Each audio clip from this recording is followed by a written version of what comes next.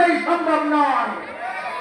ইসলাম গ্রহণ করে ছাড়া জালেমের জুলুম থেকে মুক্তি পাওয়া কিছুতেই সম্ভব নয়।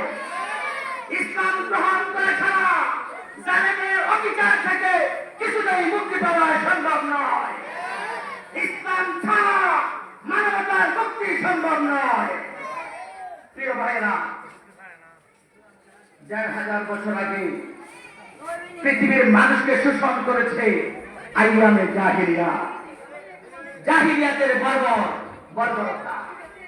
১,৫০০ বছর আগে ছিল আইয়ামে জাহিলিয়া। গত ১৮ বছর যাবৎ বাংলাদেশের মানুষের কানে মাথার উপর চেপেছিল আওয়ামী জাহিলিয়া।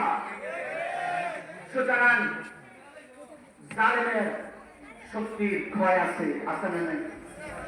গায়ের জোর, জোয়ারের পানি ক্ষণিকে আসে, ক্ষণিকে চলে যায়।